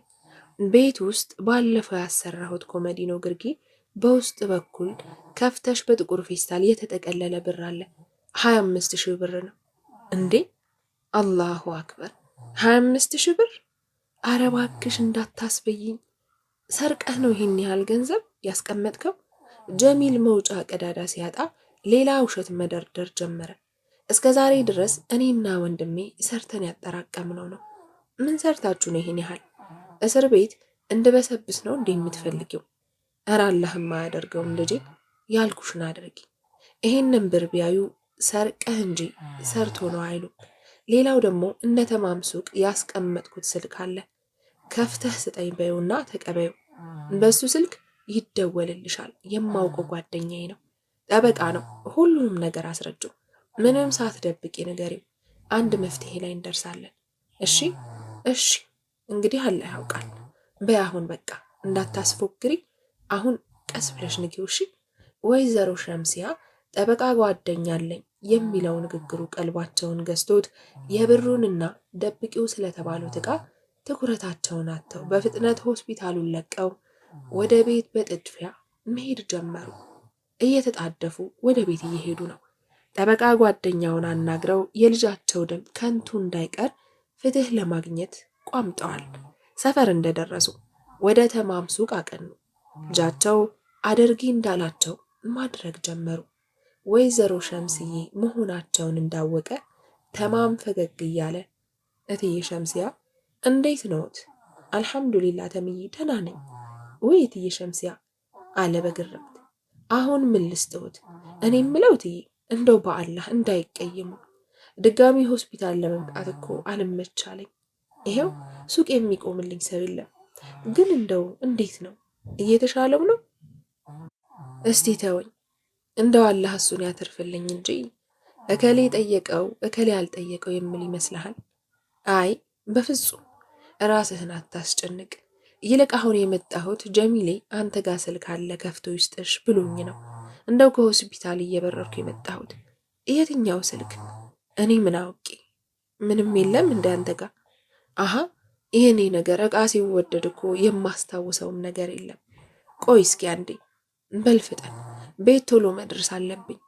ተማም በተባለው መሰረት ስልኩን ከፍቶ ለወይዘሮ ሸምሲ ያሰጣቸው። ስልኩን ከተቀበሉ በኋላ ወደ ቤት ገብተው ገሰገሱ። ጀሚል ይህን ስልክ እጅግ በጣም አጣብቂኝ ውስጥ አሊያም አደጋ ላይ ከሆነ ብቻ ነው የሚጠቀምበት። ታማኝ ወዳጆቹ ናቸው ልክ እንደሱ ይህን የሚጠቀሙት። ይህንን ስልክ ሁልጊዜ ክፍት ሆኖ አይቀመጥም። እርዳታ የፈለገ ሰው ይደውላል። ስልኩን የያዘው ሰው በቀን ቢያንስ ለተወሰኑ ሰዓታት አንዴ ክፍት ያደርገዋል። ስልኩ ሲከፈት ያሳውቁን መልእክት ስለሚገባ ማን እንደደወለ በቀላሉ ይለያል። የደወለው ሰው ስልኩ በ10 ደቂቃ ውስጥ መልሶ ካልተደወለለት የተደወለለት ሰው ጋር አደጋ ላይ መሆኑን ተረድቶ በድጋሚ ደውሎ በሌሎች መሰሎቹ እርዳታ እንዲደረግለት ያደርጋል። ቢንያሚን በተስፋ መቁረጥ ውስጥ ሆኖ የእናቱን መዳን ይጠባበቃል። የደረሰበት ጉዳት ላፍታ ትዝ አይለውም። ያጣውንና የሚያጣውን እያሰበ የመኖሩ ትርጉም ግራ ገብቶታል። የእናቱን ሕመም በውል እንኳ አልተረዳም። ወይዘሮ ሰብለ በሚስጥር ሸሽገውት ልጅነቱን ተጠቅመው ጭንቀት ብቻ መሆኑን አሳምነውት ወደማይቀረው ዓለም ሄደዋል። ወይኔ እማዬ ምን አጥፍተን ይሆን? አምላኬ ይችን ዓለም በቅጡ ያልተረዳችን ሕፃን የነጠቀኝ ብቸኛ ሁን ያልከኝ ምን ብበድል ነው? የመኖሬን ትርጉም የሳቄን ፍሬ ምን ያስቀረው? ምን ልታደርገኝ ነው? ይህ ሁሉ እንዳይ ነው? ወይ አትገለኝ፣ ወይ አታኑረኝ፣ ወይ ከሙታን በታች አድርገህኝ ምን እንደሆን ነው? እኔ እናት፣ አባት፣ እህት፣ ወንድም አያስፈልገኝም?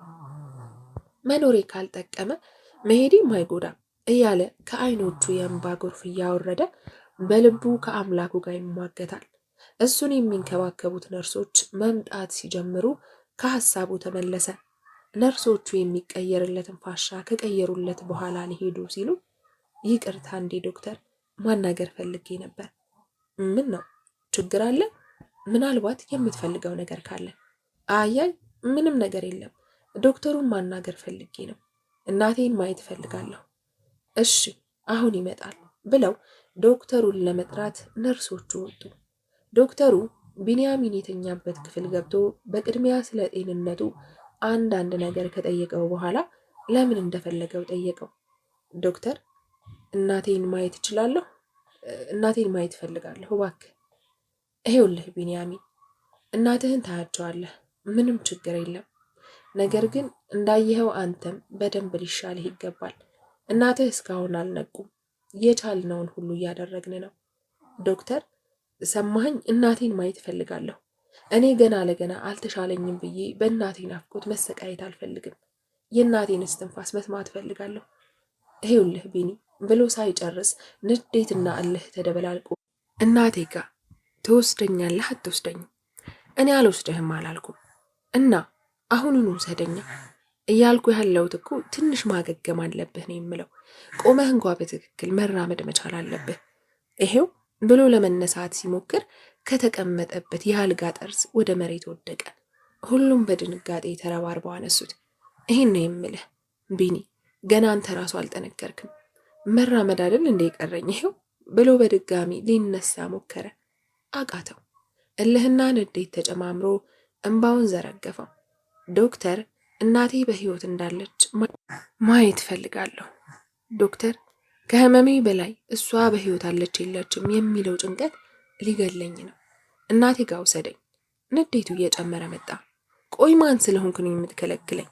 እኔ የመከልከል ስልጣን የለኝም። አንተ ግን ተረጋጋ። አንድ ነገር ልንገርህ፣ እናቴን ሳላያት ብትሞት ግን አንተም በህይወት አትኖርም አለ ቢንያሚን። ንዴቱንና እልሁ ተቀላቅለው ሳግ እያፈነው። ዶክተሩ ሁሉም ነገር ከቁጥጥሩ ውጭ ሆነበት። ያለው አማራጭ መፍቀድ ብቻ ሆነ። አስቸጋሪ ሰው ነህ ቢኒ። እናትህን አታይም ያልኩህ ከዚህ ሁኔታ እንድታገግም ነበር። ድርቅ አልክ። አሁን ለትንሽ ደቂቃዎች ማየት ትችላለህ። ነገር ግን ማልቀስም ሆነ ሌላ ነገር ማድረግ ፈጽሞ የተከለከለ ነው። አሁን እግሮቹ ስላልጠነከሩ ዊልቸር አምጡለት እናስገቡት። እዛው እጠብቃችኋለሁ ብሎ ዶክተሩ ተሰናብቶ ሄደ።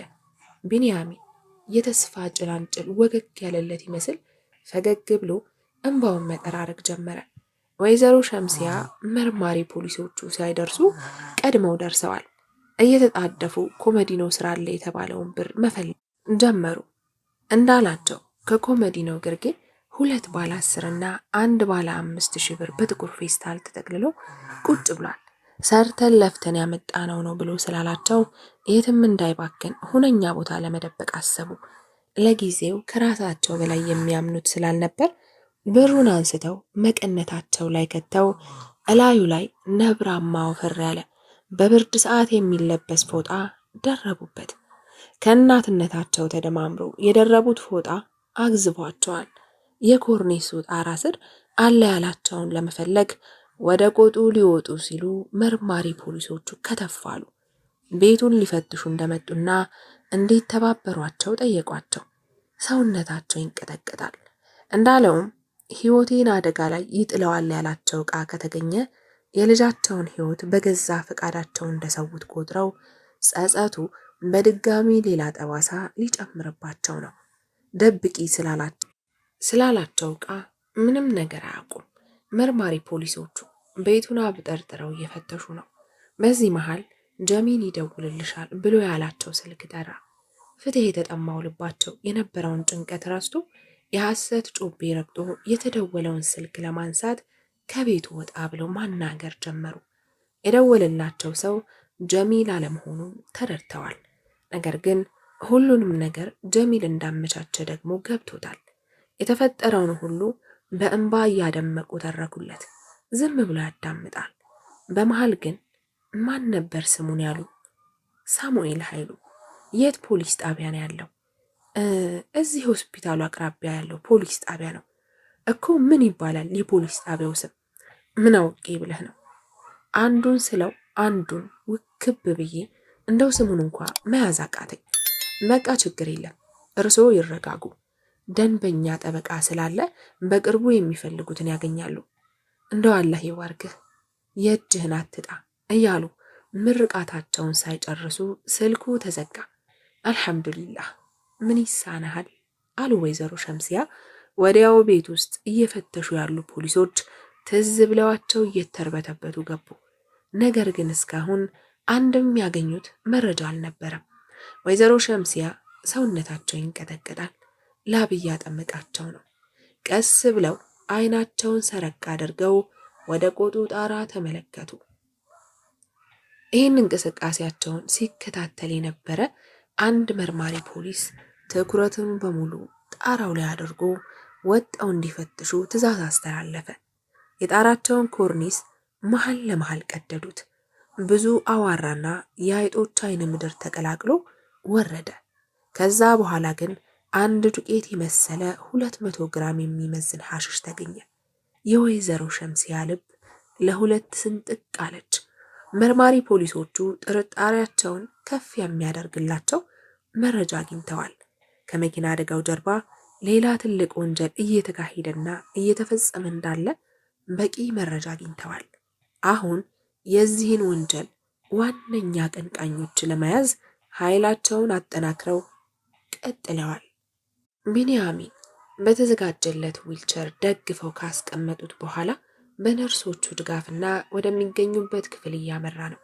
ልክ እንደሱ የመኪና አደጋ ደርሶበት ተጎድቶ በመታከም ላይ ያለ ሰው ጋር አይን ላይን ተጋጩ።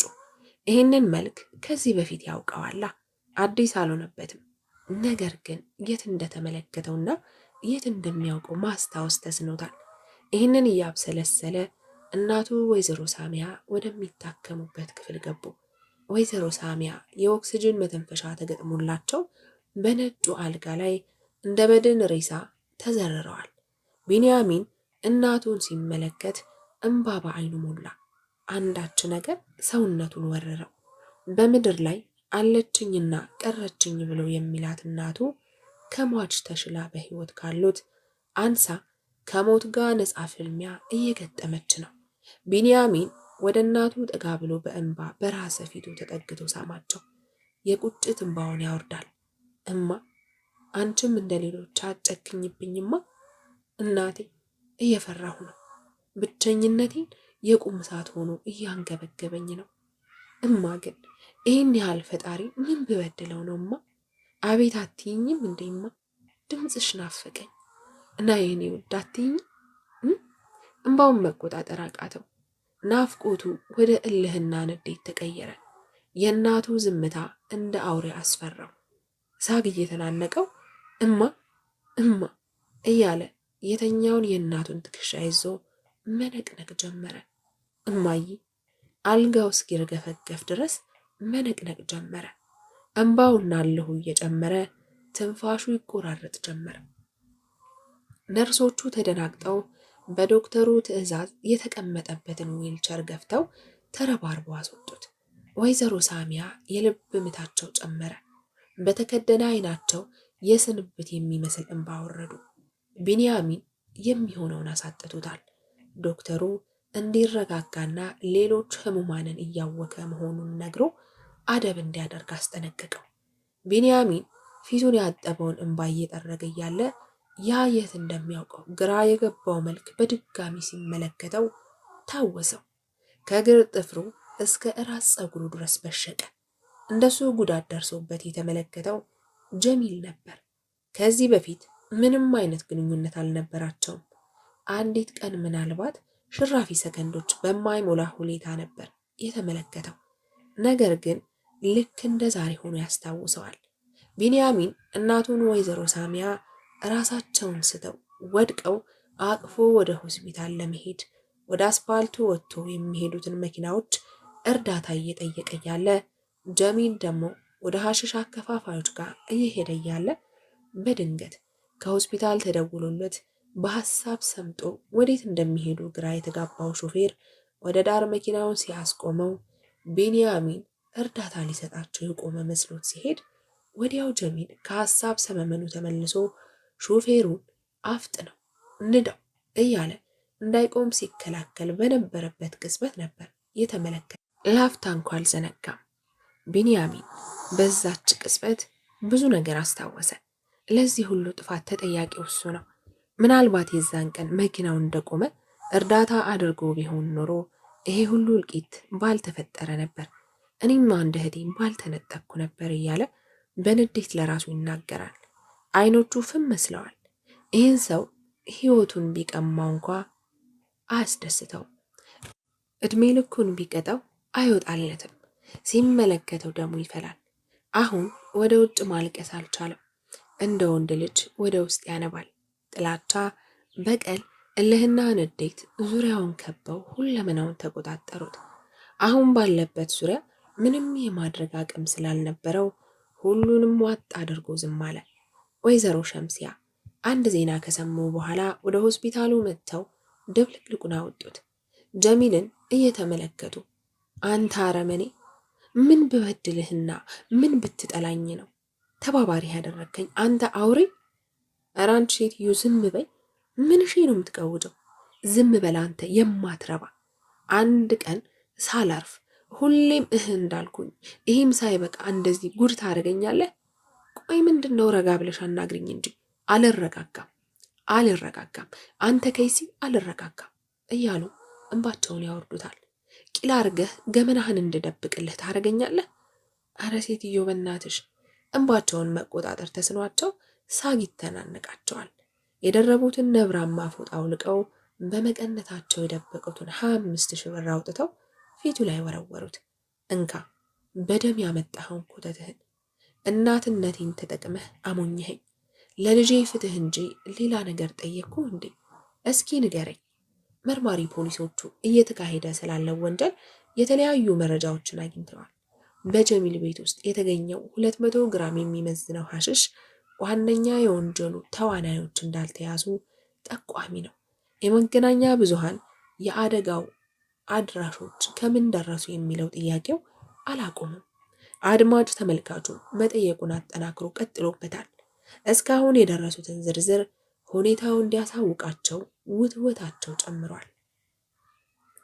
ይበልጥ ጥያቄውን ያባባሰው የአንድ ግድያ ዜና ከተሰማ በኋላ ነበር። ሁሉም ትክክለኛውን መረጃ እንዲሰጧቸው አጥብቀው እየገመቱ ነው። መርማሪ ፖሊሶቹ መረጃቸውን አጠናክረው እንደሚያሳውቋቸው ገልጸዋል። የሐሽሽ አከፋፋዮቹ ውጥረት ውስጥ ገብተዋል። እስከ ዛሬ ስለሚያከፋፍሉት ሐሽሽ ማንም ሰው አንዳችን ፍንጭ አልነበረውም። ከተከሰተው አደጋ በኋላ አደጋው የመገናኛ ብዙሃን ቀልብ ከሳበ ሰነባብቷል። የአደጋ ዋና ተጠርጣሪ ጀሚል ነው። ይህም ከነሱ ሐሽሽ ደንበኛ መካከል አንዱ ነው። በተቀጣጠሩበት ወቅት ካረፈደ ደንበኝነቱን እንደሚያጣና በድጋሚ አገልግሎቱን ለማግኘት 35,000 ብር ማስያዝ እንዳለበት ነበር ለመጨረሻ ጊዜ የተነጋገሩት። ጀሚል ምናልባት አደጋውን ባያደርስና ምንም ነገር ባይፈጠር ኖሮ መረጃ ይወጣብናል የሚለው ስጋት ባላሳሰባቸው ነበር። አሁን ግን ጀሚል ሆስፒታል ውስጥ በቁጥጥር ስር ውሎ ጠባቂዎች ተመድበውለት እየተጠበቀ ይገኛል። የመረጃውን ምንጭ ማድረቅ ይፈልጋሉ። ብቸኛ የመረጃ ምንጭ ደግሞ በአሁኑ ሰዓት ጀሚል ብቻ ነው።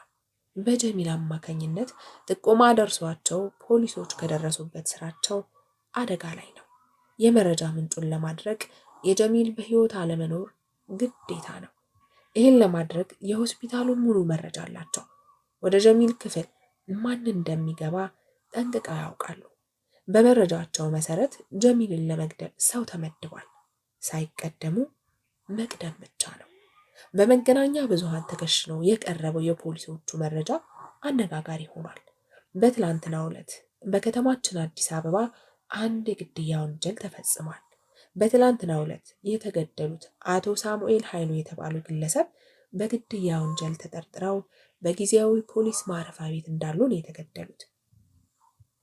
እስካሁን ድረስ ስለ ገዳዮቹ ምንም አይነት ፍንጭ አልተገለጸም።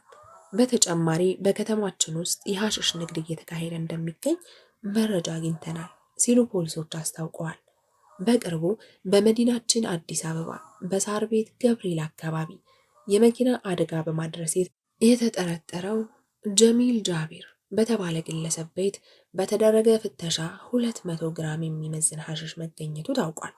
መርማሪ ፖሊሶቹ እንዳስታወቁት በትላንትናው ዕለት የተገደሉት አቶ ሳሙኤል ኃይሉ የተባሉ ግለሰብ በትላንትናው ዕለት መገደላቸው ተገልጿል።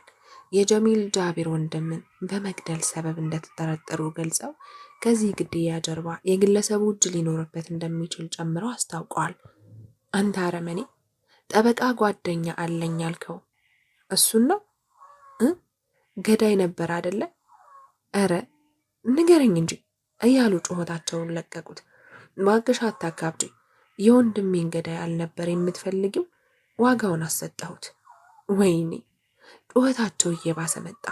ዶክተሮች፣ ነርሶች፣ እሱን ጥበቃ የተመደቡት ፖሊሶች ግር ብለው ገቡ።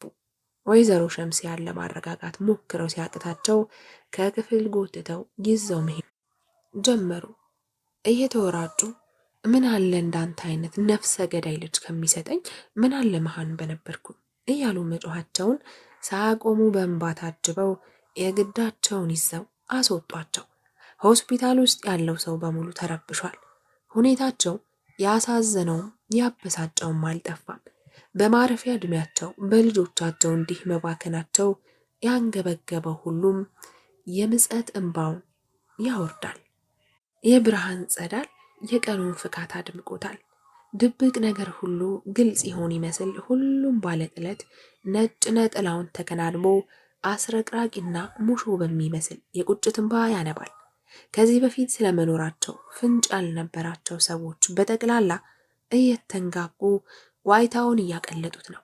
የዚህ ሁሉ ነገር ትርጉሙ ግራ የገባው አንድ ልጅ የተከናነበውን ጋቢ በእንባው ረጥቦ ፍም ከመሰሉ አይኖቹ ያለማቋረጥ የእንባ ዘለላዎች እንደ ጅረት ያለማቋረጥ ይፈሳል። ለቀስተኛ ሁሉ በየተራ እየተንጋጋ የማጽናኛ ቃሉን እየወረወረ ከፊቱ ያነባል፣ ይሄዳል። ለማንም ምላሽ ለመስጠት እየተቆጠበው ውስጡን እልህ በእንባው ከመግለጽ ውጪ ምንም ድፍረት አላገኘም። ገና በሀያዎቹ የዕድሜ ክልል የሚገኝ በጣም ያልቀላ በተለምዶ የቀይ ዳማ የሚመስል ክብ ፊት ያለው ተጫዋች ልጅ ነው። የሚያውቁት ሁሉ በማራኪ ፈገግታውና በጨዋ አዋቂነቱ ይወዱታል። ዛሬ ግን ያ ጨዋታውና ፈገግታው ከፊቱ የለም። ጨዋታ አዋቂ አንደበቶቹ ተለጉመዋል።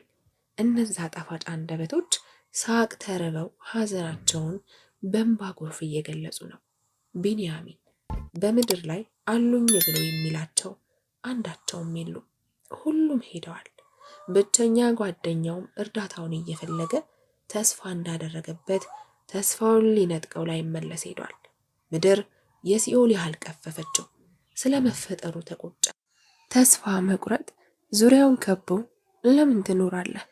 መኖርህ ምን ይፈይዳል? ለማን ብለህ ልትኖር ነው? እያለ ህሊናው ይወቅሰዋል። በተቀመጠበት ዊልቸር ላይ ሆኖ የቁጭት እንባውን ያወርዳል። በሆስፒታል ውስጥ የሳሚ ግድያ ዜና ከተሰማ በኋላ ወይዘሮ ሸምሲያ በገዛ ልጃቸው ላይ እንዲያ መሆናቸው ትውስ እያለው ለራሱ ይሁን ለሳቸው ሳያውቀው እንባ ይወርዳል። ሰው በሚያስፈልገው ሰዓት አጠገቡ ያልተገኙ ሁሉ በመገናኛ ብዙሃን በሰሙት እየመጡ ያዞንባቸውን እያወረዱ ወሬ ማጣፈጫ ቃላት ለማግኘት በማስተዛዘን ሰበብ ጆሮአቸውን ደቅነው ተጥደዋል። ቢንያሚን የሐዘን በትር ዙሪያውን መቶት ይንገበገባል። በአንድ ጊዜ እህት፣ እናትና ጓደኛ አጥቷል። የፀሐይዋ ድምቀት ለሱ ጨለማ ነው።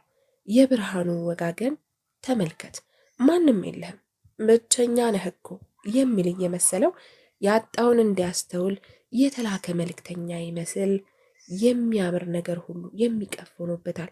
በዚህ መሃል አንድ የማያውቀው ሰው ስልክ ተደወለ። ለጊዜው ሐዘኑ እንጂ ምንም አይታወሰውም።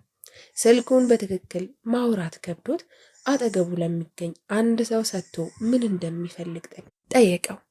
አለ በጣም በዛለ ድምፅ። ስልኩን ተቀብሎት ከደዋዩ ጋር ሰላምታ ተለዋውጠው ቢንያሚን አለመሆኑን ገልጾ አድራሻ ከተለዋወጡ በኋላ ስልኩ ተዘጋ። ወይዘሮ ሸምሲያ ሐዘን ቁርፉድ አድርጓቸው እያነቡት ያለው እንባ ፊታቸው ላይ ጥቁር ሰንበር ሰርቶ ፊታቸው በጥቁር ጅራፍ የተመታ እስኪመስል ጠቁሮ ሙያቸው ሁሉ ለቅሶ ሆኖ ነበር። አንድም ቀን እንደ እናት በወጉ ሳይጦሩ እድሜ ዘመናቸውን በሙሉ የለፉላቸው ልጆቻቸው እርባና ቢስ ሆነው የሐዘን ሽመል አስታቅፈዋቸዋል። ክብር ክብር አሉ። በምን ሆኜ ልከበር እያሉ የሐዘን ማሞቂያቸውን የሚደሰኩሩ በነገርም እየወጉ የሚያለቅሱትን እየሰሙ እንባቸውን ማውጣት ከበዳቸው። የእርጅና ዘመናቸው በሐዘን ማጌጡ አንገሸገሻቸው። ሁሌም ከዛሬ ነገ ይሻላል ብለው የናፈቁት ነገ እንደናፈቃቸው ሳይሆን በእድሜ ዘመናቸው ያላዩትን መዓት ይዞ ከትላንት ብሶ ተቀበላቸው። እህል ባፋቸው አይዞርም።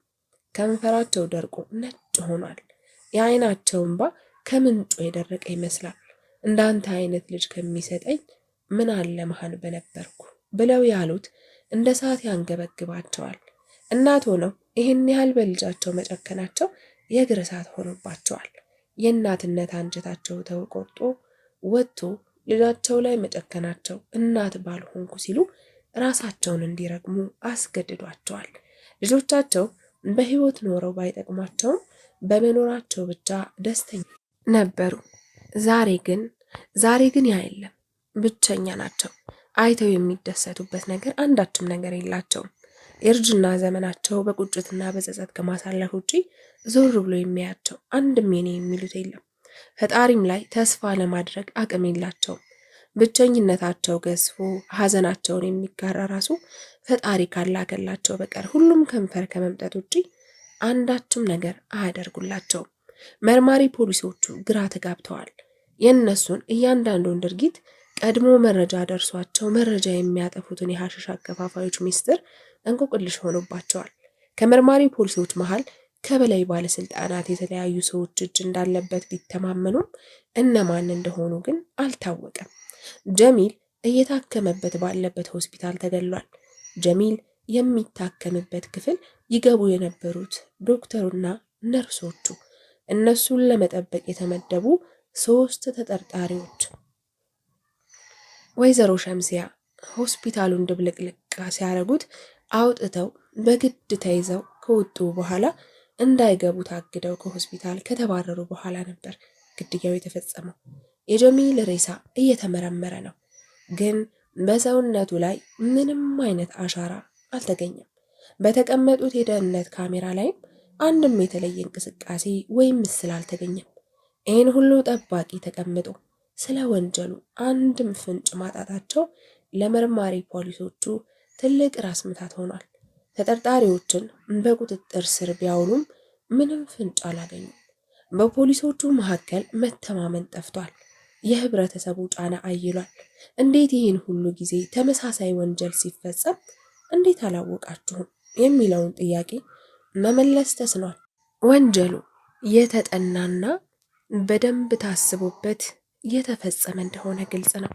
ነገር ግን ሰሙን አውቀው ወርቁን ግን ማግኘት ገብዷቸዋል። የሐሽሽ አከፋፋዮቹ ድብቅ ሴራ ከነሱ በስተጀርባ ያሉት ሰዎች ማንነት ማወቅ ለፖሊሶቹ ስውር ቅኔ ሆኗል። ቢንያሚን በተቀመጠበት ዊልቸር ላይ በሐዘን አላፊ አግዳሚውን ይቃኛል።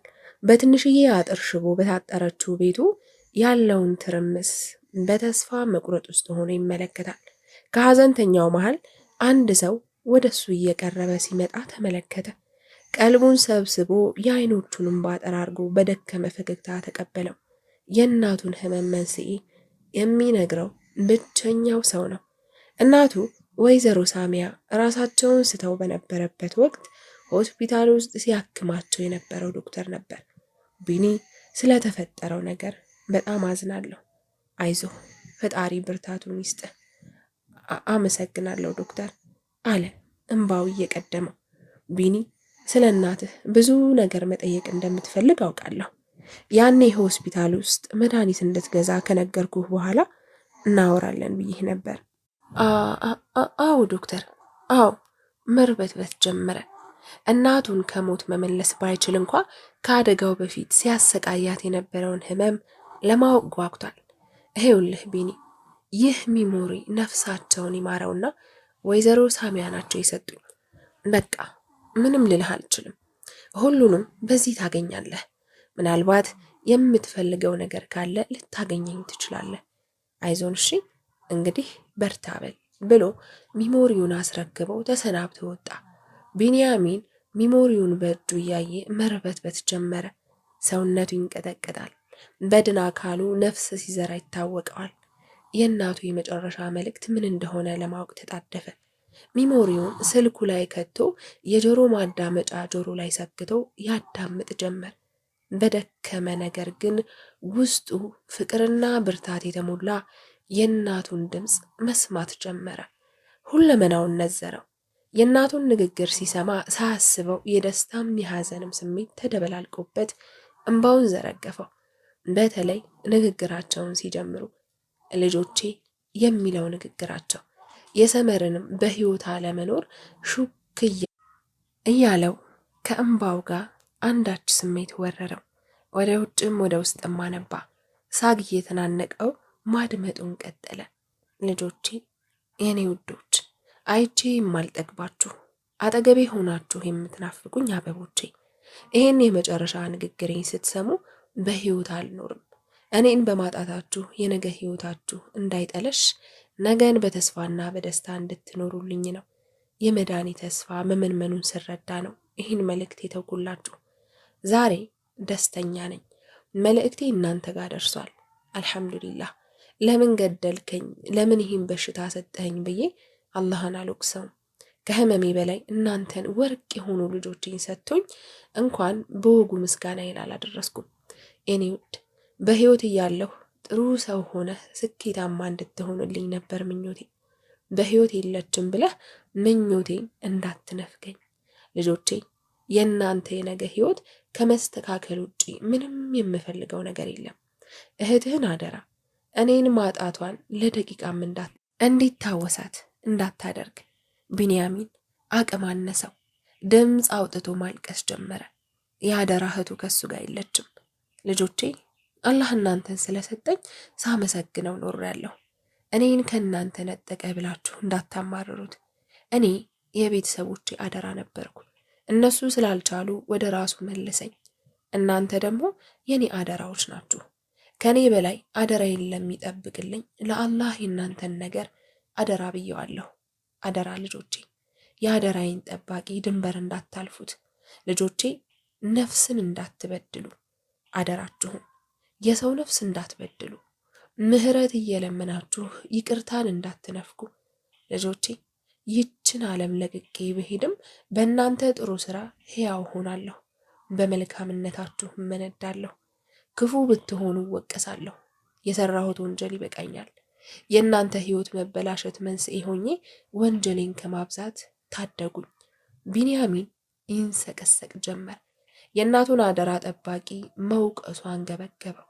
እየተንሰቀሰቀ የመጨረሻ ደቂቃ የእናቱን ንግግር ማድመጡን ቀጠለ። ልጆቼ እናንተ ማለት አንድ የተከፈተ ቅንፍ ናችሁ። በተከፈተው ቅንፍ መሃል ያሻችሁን ማስፈር ትችላላችሁ። ጥሩም ይሁን በጎ ወደዚች ምድር ስትመጡ ይህ ቅንፍ ይከፈታል። በዛ መሃል ስራችሁ ሁሉ ይመዘገባል። ወደማይቀረው ሞት ስትሄዱ ደግሞ ይህ ቅንፍ ይዘጋል። በተከፈተው ቅንፍ መሃል ጥሩ ነገር ብታጎድሉ ህይወትን ትቀጥፋላችሁ፣ ነገን ትሸረሽራላችሁ። አደራ በሰው ስቃይ ከሚመጣ ደስታ ተቆጠቡልኝ። ሰው የራበውን ልብ አይዞህ ማለት እንዳትረሱ። የተከፈተችውን የህይወቴን ቅንፍ በሰራሁት ስራ የቻልኩትን ሞልቼ ይዘጋል። በእናንተ የህይወት ጉዞ በመልካም ስራችሁ አድምቁልኝ። ልጆቼ በተስፋ ድልድይ ሁሉም ይታለፋል። እኔም ነገ ጥሩ ሰው ትሆናላችሁ ብዬ በተስፋ ባለሁበት ፈገግላለሁ። ይህንን አደራዬን እንዳትረሱ። አደራ ጠባቂዬንም ሌት ተቀን ከማመስገን እንዳትቦዝኑ። እወዳችኋለሁ። ቢንያሚን እስኪወጣለት አነባ። ተስፋ ያጣው ህይወቱ በእናቱ የአደራ ቃል ዳግም ተነሳሳ። በአይነ ህሊናው ወይዘሮ ሸምሲያ ታወሱት። በዚህ ሰዓት ሰው የራባቸው ከሳቸው ውጪ አጣ።